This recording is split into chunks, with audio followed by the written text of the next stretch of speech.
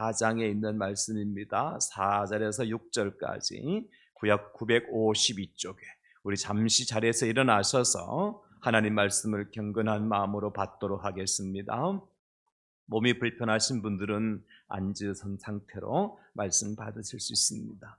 전도서 4장 4절에서 6절까지입니다. 하나님 말씀 함께 받으십니다. 다 같이 내가 또 본즉 사람이 모든 수고와 모든 재주로 말미암아 이웃에게 시기를 받으니 이것도 헛되어 바람을 잡는 것이로다. 우매자는 팔짱을 끼고 있으면서 자기의 몸만 축내는도다. 두 손에 가득하고 수고하며 바람을 잡는 것보다 한 손에만 가득하고 평온함이 더 나으니라. 아멘. 자리에 앉으시겠습니다. 살다 보면 마음이 속상하고 또 때로는 허탈할 때가 가끔 있습니다. 운동장에서 열심히 게임을 마무리한 선수들이 퇴장하기 전에 두 종류의 장면이 연출되어지지요. 어떤 선수는 운동장에서 펄펄 뛰면서 기뻐하는 선수가 있는 반면에 어떤 선수는 그 자리에 털썩 주저앉아서 눈물을 훔치기도 합니다. 여러분, 이것은 비단 승패에 의한 감정만은 아닐 것입니다. 승리했기 때문만에 펄펄 뛰고 패배했기 때문에 주저앉는 것만은 아니라는 것입니다. 실제로 피겨 여왕으로 불렸던 우리 김연아 선수라든지 세상에서 가장 무거운 것을 들어 올렸던 현재의 문화체육관광부 차관 우리 장미란 선수가 은퇴할 때의 경기를 보면 그것을 알 수가 있습니다. 2014년 소치에 있는 동계올림픽에서 도핑 검사 결과 양성이라는 말이 나왔지만 러시아 선수가 편파 판정을 받고 금메달을 목에 걸었고요. 그 뒤에서 김연아 선수가 은메달을 따고 소치 동계올림픽에서 은퇴를 하게 되었습니다. 실제로 지난 7월 25일인가 8일인가요? 이 김연아 선수가 모 TV 연예 프로그램 나와서 그 사회자가 김연아 선수에게 질문을 했습니다. 그 당시 은퇴 경기할 때의 소감이 어땠었느냐고. 그러자 김연아 선수가 이렇게 대답을 했습니다. 이제 진짜 끝이다. 이제 놀면 돼. 해방이다. 놀 시간만 남았다. 그러면서요. 은메달을 따서 많은 분들이 아쉬워했는데 근데 전 진짜 끝난 게 행복했다. 세상을 다 가진 기분이었다. 끝까지 차오를 때까지 선수 생활을 해서 미련이나 아쉬움은 없었다. 이렇게 그 당시에 소감을 은퇴의 심경을 밝히는 것을 보았습니다. 어떻습니까? 참 금메달을 도둑질 당한 것 같은 그런 아쉬움이 있었지만은 그럼에도 불구하고 김연아 선수는 그 은퇴 경기가 결코 속상하거나 허탈한 기분이 아니었다는 것을 알 수가 있죠. 성패에 의해서 그런 감정이 노출된 것은 아닐 겁니다. 지금까지 달려온 길이 있기 때문에 김연아 선수가 말한 것처럼 끝까지 차오를 때까지 선수 생활을 해서 미련이나 아쉬움도 없다. 이게 멋진 선수의 마무리라고 저는 보고요. 역시 장미란 선수 지난 런던 올림픽에서 마지막 은퇴 경기를 하면서 우리 장미란 선수는 적어도 이제 세상에서 가장 무거운 바벨을 4번씩이나 들어 올린 세계적인 선수 아닙니까? 누가 장미란 선수를 이길 수 있겠습니까?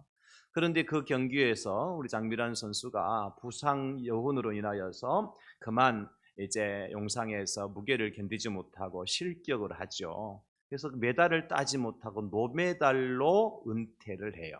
노메달로. 그때에 보통 사람들 같으면 막 너무 서글프고 억울하고 땅을 치고 그러지 않겠습니까? 근데 우리 장미란 선수가 어떤 모습을 보여주었죠? 잠시 자리에서 무릎을 꿇고 기도를 하죠. 그리고 난 다음에 그동안 사랑스럽게 들어올렸던 바벨에 키스를 하고 은막의 뒤로 물러나게 됩니다. 이게 우리 장미란 선수의 은퇴 경기의 모습이었어요.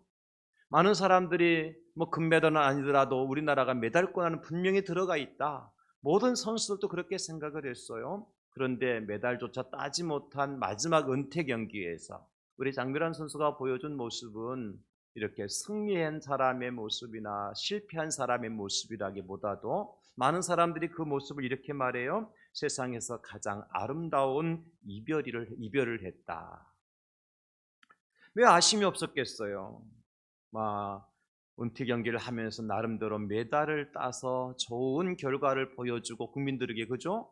은퇴를 하면 얼마나 좋았겠습니까? 어떤 결과에 상관하지 않고 감사할 수 있고 또 마음의 평안을 가져올 수 있는 사람이야말로 진정으로 안식의 기쁨을 맛보는 사람이라 그렇게 말할 수 있겠습니다.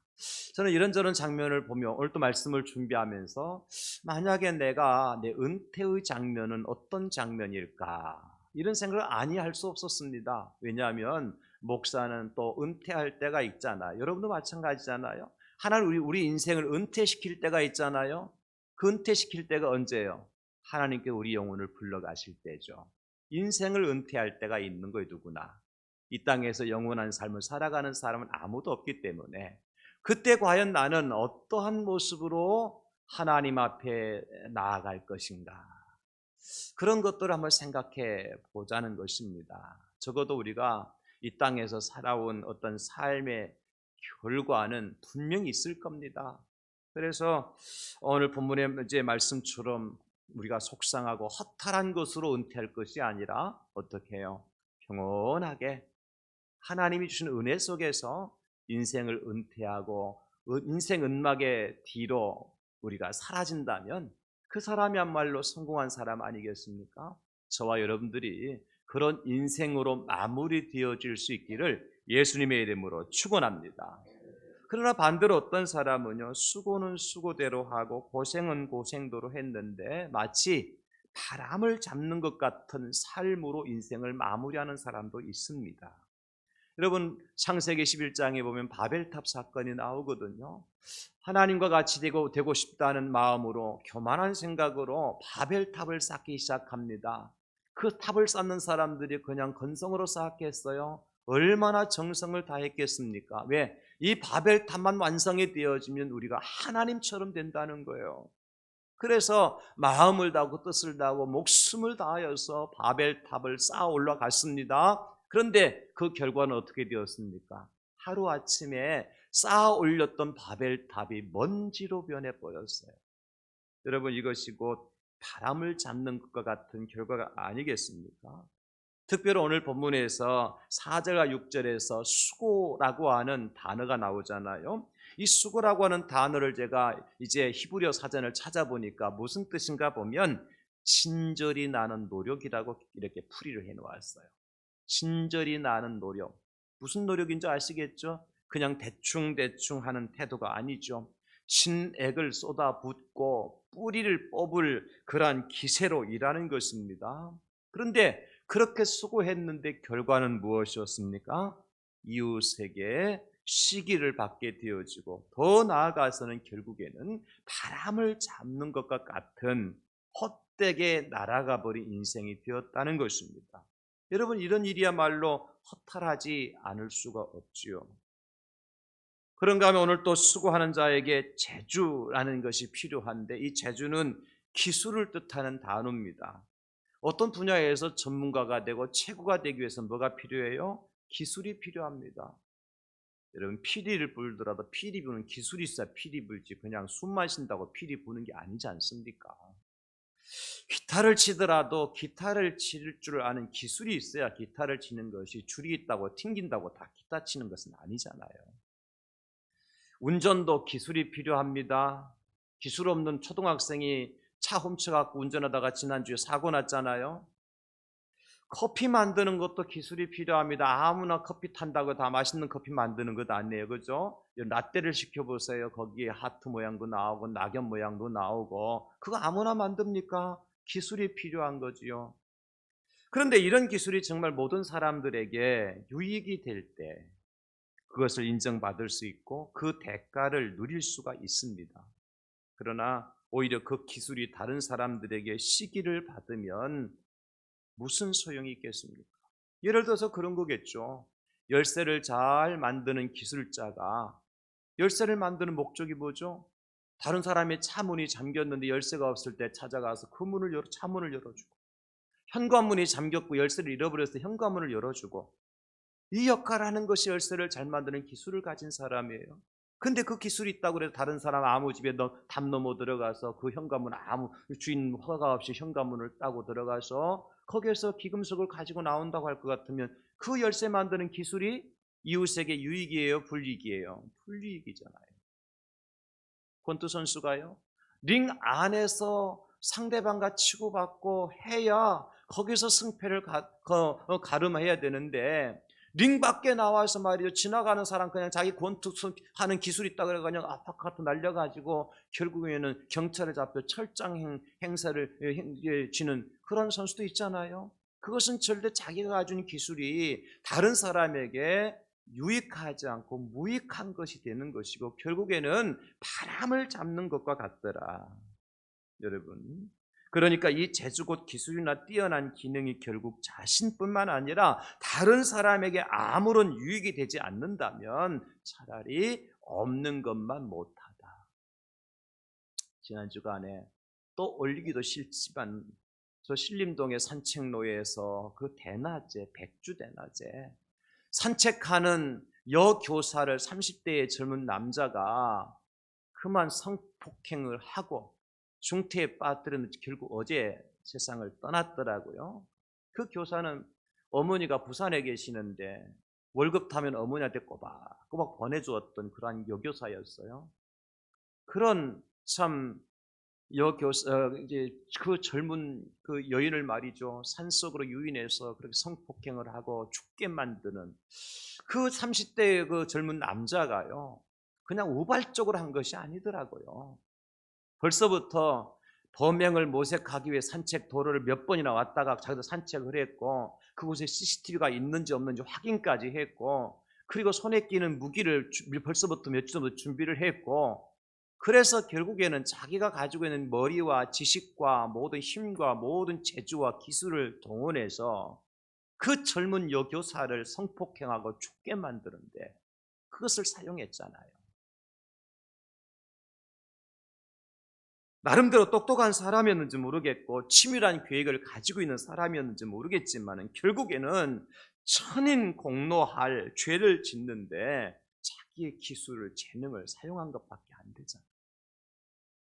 사랑하는 성도 여러분, 혹시 나의 진절이 날 정도의 수고한 노력이 다른 사람들은 듣지도 보지도 못한 내가 가지고 있다고 생각하는 나의 기술이나 재능이 이웃에게 시기가 되어지고 결국에는 나에게도 바람 잡는 것과 같은 시간과 모든 정력을 허비하는 그런 어리석은 삶을 살지 말라고 오늘 전도자는 우리에게 말씀해 주고 있는 것입니다. 그것보다는 오히려 평온을 이웃에게 베푸는 것이 훨씬 더 낫다.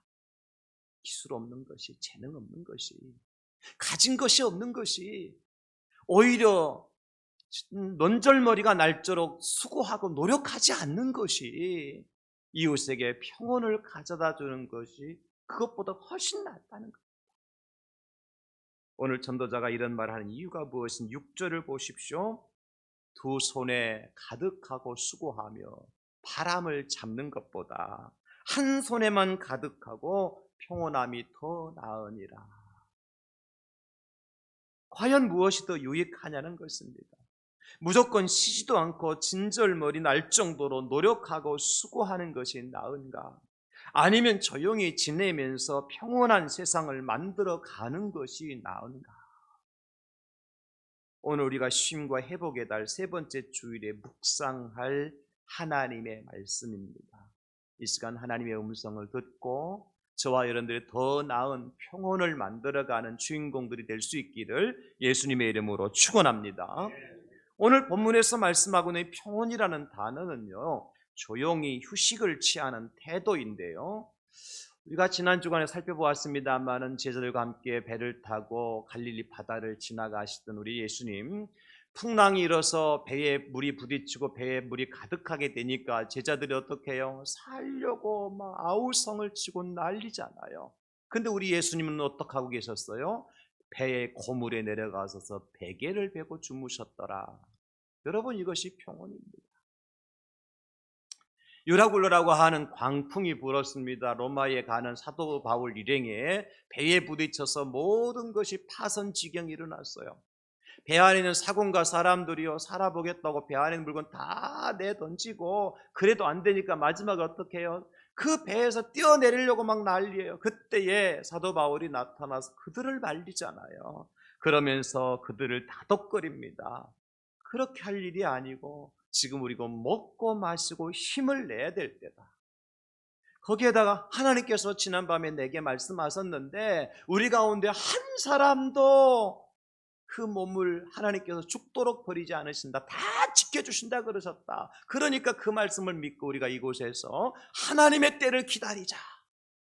이것이 바로 사도 바울의 모습이었고 평온을 만들어가는 멋진 안식의 주인공인 것입니다.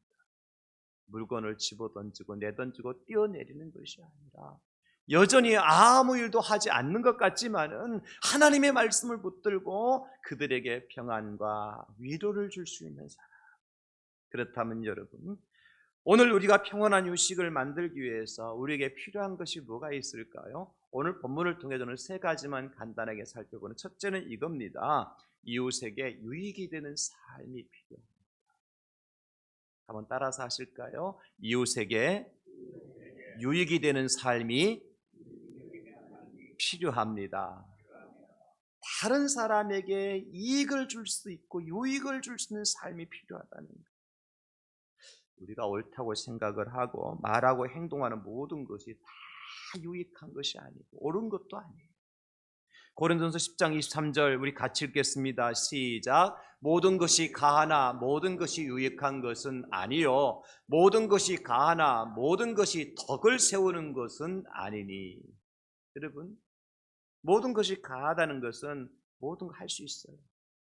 왜냐하면 하나님 우리를 로봇으로 만들지 아니하시고 자유의지를 주셨어요. 에덴 동산의 중앙에 있는 선악과를 따먹을 수도 있고 따먹지 않을 수도 있습니다. 우리를 그냥 태엽만 감아놓으면 떠르륵떠르륵 움직이는 로봇이 아니에요. 우리는 각자에게 계신 의식과 정신과 사상과 지혜를 따라서 판단하고 그 일을 행할 수 있도록 하나님께서 우리 인생을 만들어 놓으셨어요. 그러니까 모든 것을 할 수가 있어요. 근데 문제는 무엇입니까? 모든 것을 한 것이 다 유익한 것도 아니고 덕을 세우는 것도 아니더라는 것입니다.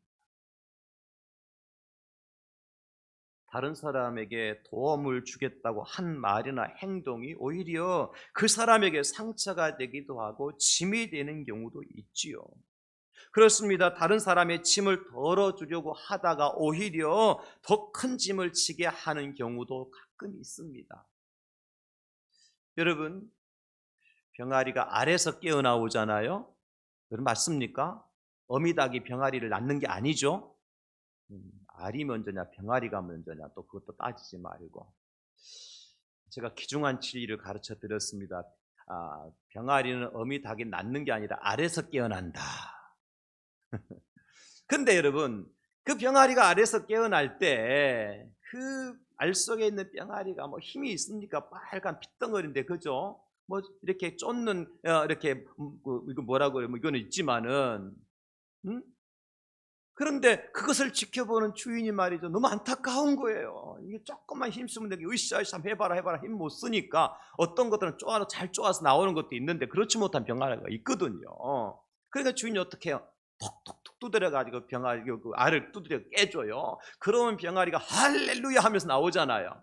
여러분 못 들어봤습니까? 할렐루야 소리? 예, 저는 들리더라고요. 할렐루야 하면서 나와요. 그러면 그 병아리가 나와가지고 잘 자라야 되는데 어때요? 세상에 나와 보니까 뜨겁고 춥고 이거 뭐 바람 불고 말도 아니에요. 그러니까 스스로 견디지 못하고 그 약한 병아리는 결국 병이 들어 죽게 되는 거죠. 아들과 아버지가 낚시하러 갔을 때 아버지는 낚시해서 고기를 잘 잡지만 아들이 낚시해 고기 잡지 못하면 아버지가 안타까워요, 안 안타까워요? 이 아들 또 다음에 절대로 낚시 안 따라간다 할까 봐서 어떻게 아버지가 말이죠, 대신에 아들 대신에 고기를 잡아가지고 아들 망태에 넣어주잖아요. 그 아들은 신이 났죠. 고기가 팔딱팔딱 자기 망태에 막 고기가 뛰어노니까 꼭 내가 잡은 것 같아요. 어? 그런데 여러분, 결국 아버지가 없을 때에 그 아들은 어떨까요? 살아갈 힘과 여력이 없어서 결국 인생을 포기하게 됩니다. 아버지는 아들을 사랑해서 한 일이에요. 아들을 위해서 한 일이라고 말할 수 있어요. 그러나 결국에는 그 일이 아들에게 전혀 유익이 되지 않고 오히려 해가 될 수 있다.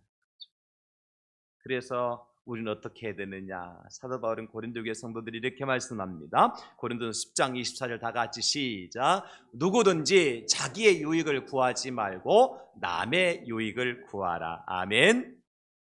사실 이것이 제 삶의 모토예요. 제가 성경을 처음 접하고 가장 먼저 제 마음에 새겼던 말씀이 이 말씀이었습니다. 그래서는 for the others, for the others, 다른 사람을 위하여. 저는 제 학교 다닐 때도 항상 제 앞에 그걸 그 책상 위에 그걸 for the others라는 글을 영어로 적어놓고 묵상을 했었어요. 그런데 사실 살다 보니까 이게 안 되더라고요. 내가 먼저 생각되고 내가 먼저 챙겨지지 다른 사람이 먼저 챙겨지는 것들이 그렇게 흔치 않더라고요. 제 자신을 돌아보니까 쉽지 않았어요. 그러나 지금도 이 정신만큼은 지키려고 애쓰는 중에 있습니다. 여러분 어때요? 내가 하는 말이, 내가 하는 일이 과연 다른 사람에게 유익이 되는 일인지 곰곰이 생각해 볼 필요가 있다는 것입니다. 물론 상처를 주기 위해서 하는 말의 행동은 두말할 것도, 그것은 우리가 생각할 필요도 없는 거고요. 성경에 보니까요, 사도 바울 있잖아요. 바울 사도가 예수님 만나기 전에 과연 그가 한 행동에 있어서 스스로가 나 이건 악한 일이야 그렇게 생각하면서 그 일을 했을까요? 절대 그렇지 않았습니다. 바울 사도가 말이죠, 스데반 집사가 돌에 맞아 죽을 때에 돌을 던져 치는 사람들에게 그 옷을 지키고 있고 말이죠, 잘한다 응원하고 박수 쳐주고 하던 사람이 바울 사도였어요. 예수 믿는 사람은 잡아가두기 위해서 공문을 받아가지고 다메섹으로 가고 교회를 잔멸하기 위해서 애썼던 사람이 바로 사도 바울이었어요. 그런데 그 바울 사도가 이런 고백을 합니다. 갈라디아서 1장 13, 14절. 내가 이전에 예수를 만나기 전에 말이죠, 유대교에 있을 때에 행한 일을 너희가 들었거니와 하나님의 교회를 심히 박해하여 멸하고 내가 내 동족 중 여러 연갑자보다 유대교를 지나치게 믿어 내 조상의 전통에 대하여 더욱 열심히 있었으나. 여러분, 누구보다 나는 열심히 했다는 거예요. 어떤 사람과 비교해서 뒤떨어지지 않을 정도로 넌절머리가 날 정도로 노력을 다했다는 거예요. 자기에게 주어진 기술과 재능을 다 동원해서 사도 바울이 한 일이 뭐예요? 하나님의 교회를 심히 박해하고 멸한 것이었어요. 어떻게 그런 일을 했죠? 정말 자기에게 주어진 사명으로 알고 그런 일을 행한 것이죠. 자기가 아니면 누가 이 일을 행하겠는가, 이런 사명의식과 소명감을 가지고 열심히 산 겁니다. 그러나 그 일이 결국 어떤 결과를 가져왔어요? 교회를 심히 박해하고 잔멸하고 예수 믿는, 그리고 예수를 전하는 스데반 집사를 돌로 쳐 죽이는 그런 일에 앞장섰던 사람이 바울 사도였어요. 그래서 나중에 바울은요, 고린도 교회 성도들을 향해서 진정한 사랑이 무엇인지를 이야기하고 있어요. 그가 그렇게 했던 것은 유대인을 사랑했기, 우리 동족을 사랑했기 때문에 했던 일이었는데 나중에 알고 보니까 그게 사랑이 아니더라는 것입니다. 진정한 사랑이 뭐냐? 고린도서 13장 5절에 말씀합니다. 무례히 행하지 아니하며 자기의 유익을 구하지 아니하며 성내지 아니하며 악한 것을 생각하지 아니하며, 이게 진짜 사랑이더라는 거예요. 그리고 실제로 사도 바울은 자신의 유익이 아니라 다른 사람의 유익을 위해서 살았어요. 예수님 만나고 난 다음에 어떻게 살았느냐? 빌립보서 1장 23절로 24절에 보면 내가 그 둘 사이에 끼었으니 차라리 세상을 떠나서 그리스도와 함께 있는 것이 훨씬 더 좋은 일이나 그렇게 하고 싶으나 내가 육신으로 있는 것이 너희를 위해 더욱 유익하리라. 지금 내가 이렇게 고생하고 핍박을 받고 내가 지금까지 달려올 길을 마치고 이제 죽어도 한이 없다는 거예요. 아니, 차라리 이 땅에 있는 것보다 죽는 것이 훨씬 더 낫다는 거죠. 자기 본인. 천국 가면 되니까. 여러분 어떻습니까? 많이 아픈 분이, 힘든 분이 이 땅에서 그 고생하고 아파서 힘들어하는 게 나아요, 천국이 있어서 천국 가는 게 나아요? 천국 가는 게 낫죠. 저도 그런 기도할 때가 많거든요. 주님, 차라리 빨리 주님 오셨으면 좋겠습니다. 내가 이럴 때 주님 맞이하면 최고겠습니다. 주님, 나를 데려가 주세요 라고 기도할 때가 종종 있습니다.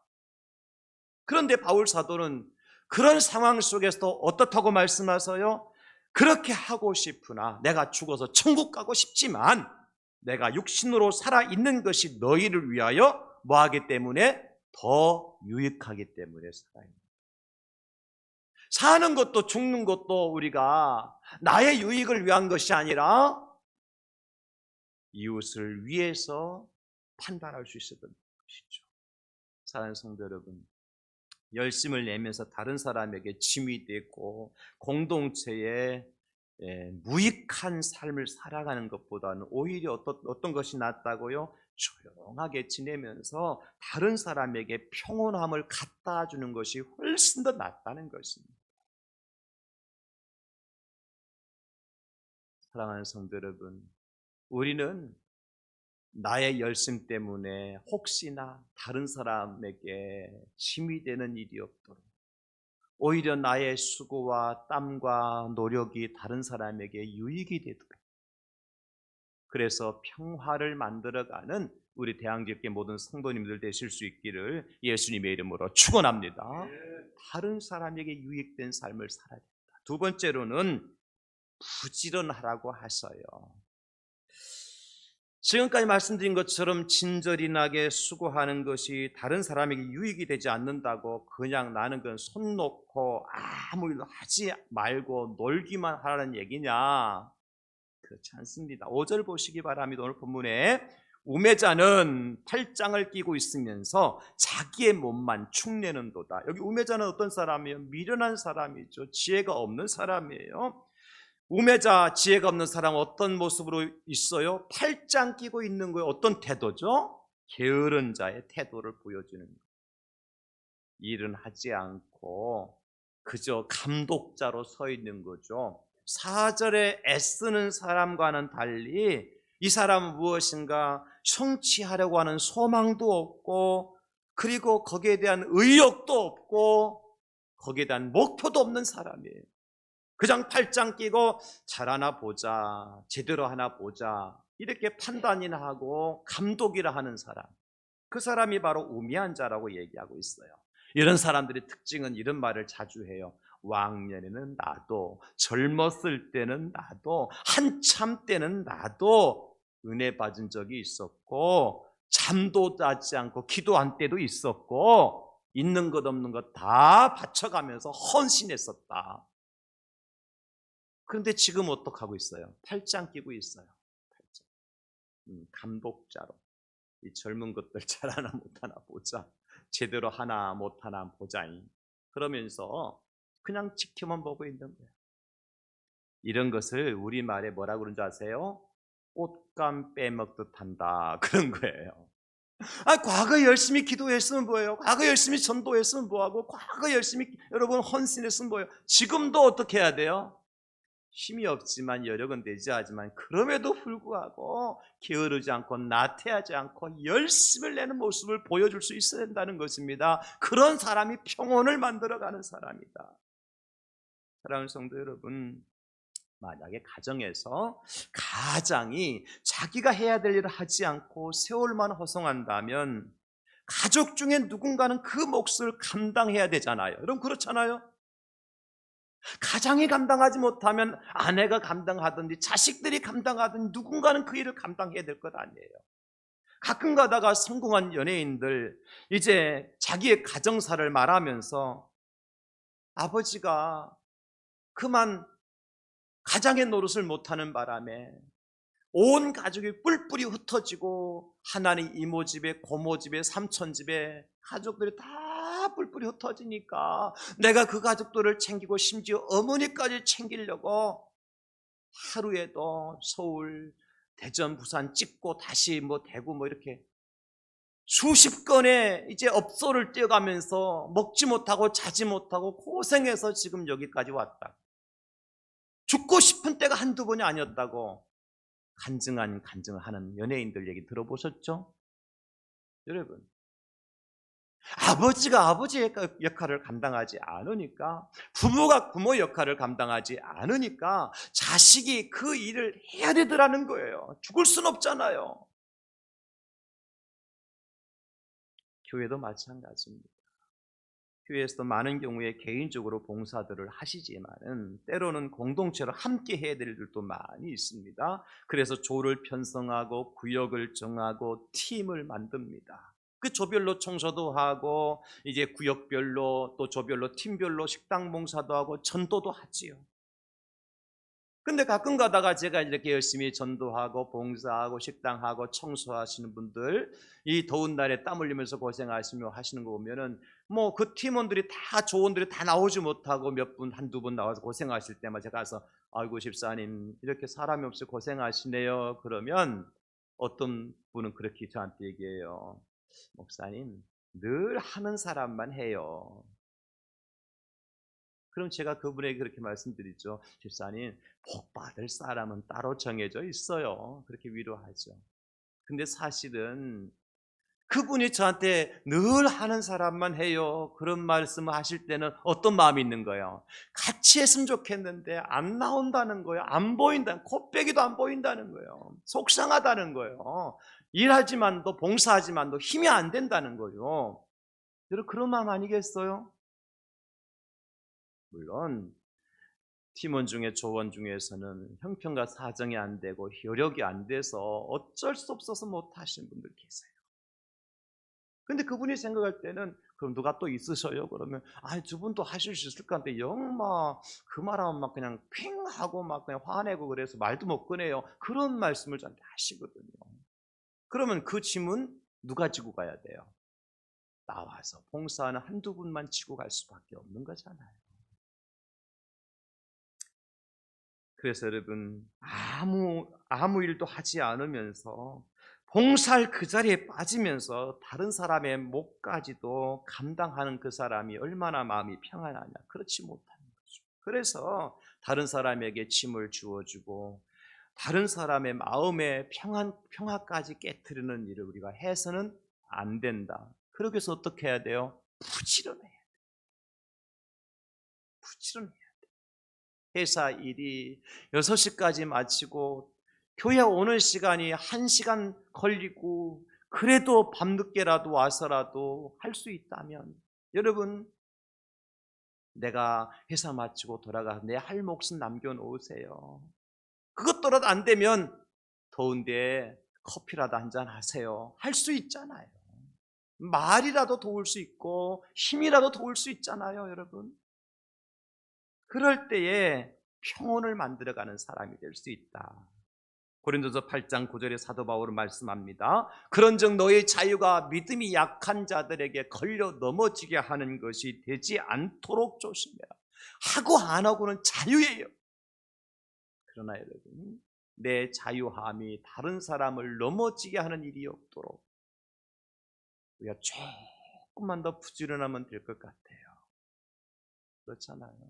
쉬고 싶을 때 다 쉬고 하고 싶은 거 다 하면서는 가정에서도 그렇고 직장에서도 그렇고 여러분 교회에서도 마찬가지 아니겠어요? 누가 직장에서 꾸준히 일을 하고 싶은 사람 누가 있어요?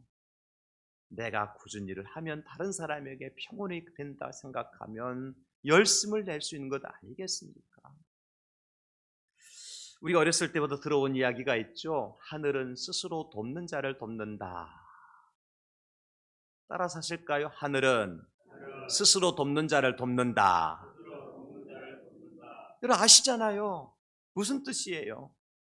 아무 일도 하지 않고 손을 늘어뜨린 사람이 아니라 손이 없으면 발로, 발이 없으면 몸으로라도 뭔가 하려고 하는 사람을 하나님께서 도와주신다. 이런 사람을 성경에 어떤 사람이냐? 착하고 충성된 종이라고 말씀하셔요. 마태복음 25장 21절입니다. 그 주인이 이르되 잘하였도다 착하고 충성된 종아, 네가 작은 일에 충성하였음에 내가 많은 것을 내게 맡기리니 내 주인의 즐거움에 참여할지어다 하고, 착하고 충성된 종아, 네가 적은 일에 어떻게 하였음에 충성하였음에 나태하거나 게으르지 않고 열심을 다하여 부지런하게 생활하였기 때문에 어떤 상급을 주셔요? 내 주인의 즐거움에 참여할지어다. 이 주인의 즐거움은 뭐죠? 하나님 나라의 안식의 장소, 천국 잔치. 사랑하는 성도 여러분, 우리가 평온함이 더 낫다고 그랬는데 이 평온함을 만들어가기 위해서는 어떻게 해야 돼요? 부지런해야 돼요. 가정에서도 부지런하셔야 돼요. 여러분 직장에서도 부지런하셔야 돼요. 다른 사람 2발 뛸 때 4발 뛰십시오. 다른 사람 여러분 9시에 출근하실 때 여러분 8시 30분에 출근하십시오. 다른 사람 6시에 퇴근할 때 여러분 6시 15분에 퇴근하십시오. 그것이 여러분 인생을 만들어가는 축복의 열쇠예요. 적어도 우리 예수 믿는 사람들은, 우리 크리스찬들은 그러한 의식을 가지고 살아야 돼요. 그냥 퇴근 시간 6시간 시간만 똑딱 돌아가기를 기다리고 있고 벌써 5시 30분도 보따리 싸고 앉았고 휴대폰 만지고 앉았고,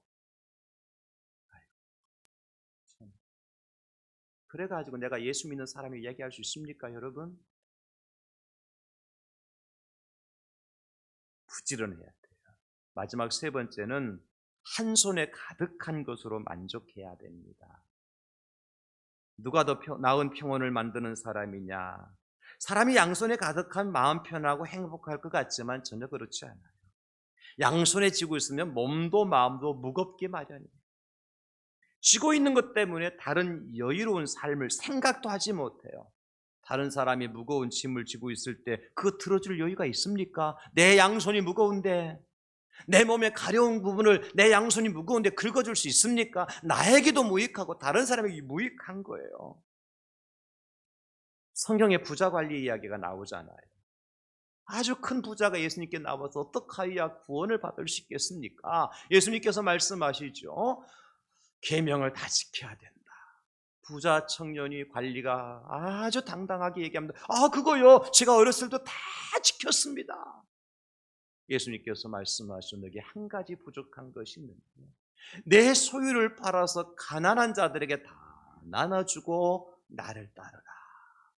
그 말씀을 들은 부자 관리가 어떻게 해요? 마가복음 10장 22절에 보니까 그 사람이 재물이 많은 거로 큰 슬픈 기색을 띠고 근심하며 가니라 그랬어요. 여러분, 양손에 가득한 것이 결국 행복한 게 아니에요. 한 손에 가득한 것으로도 만족하고 그것을 감사할 줄 아는 사람이 평온을 만들어가는 사람. 사도 바울은 고린도후서 12장 9절에 말씀합니다. 나에게 이르시기를 내 은혜가 내게 족하도다.